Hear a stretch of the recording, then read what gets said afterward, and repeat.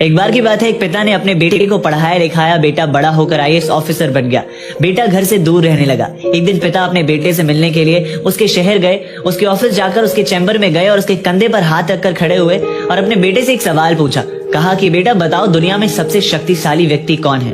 बेटे ने बड़ी शालीनता से जवाब दिया। उसने कहा कि पिताजी मैं ही होऊंगा, और कौन हो सकता है? पिता को इस जवाब की उम्मीद नहीं थी। वो वहां से जाने लगे। वो गेट पर आए और उन्होंने सोचा कि एक बार फिर से पूछता हूँ। वो एक बार फिर से अपने बेटे के पास गए और पूछा कि बताओ बेटा, दुनिया में सबसे शक्तिशाली कौन है? तो बेटे ने इस बार कहा कि पिताजी आप। पिता ने कहा कि अभी तो तुमने खुद को कहा, भी मुझे कैसे कह रहे हो? बेटे ने कहा कि पिताजी उस वक्त आपका हाथ मेरे कंधे पर था, और जिस वक्त एक पिता का हाथ उसके बेटे के कंधे पर हो, वो दुनिया का तो सबसे शक्तिशाली व्यक्ति ही होगा ना।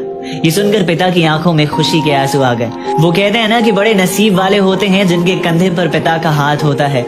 जिंदगी के हर सपने पूरे होते हैं अगर पिता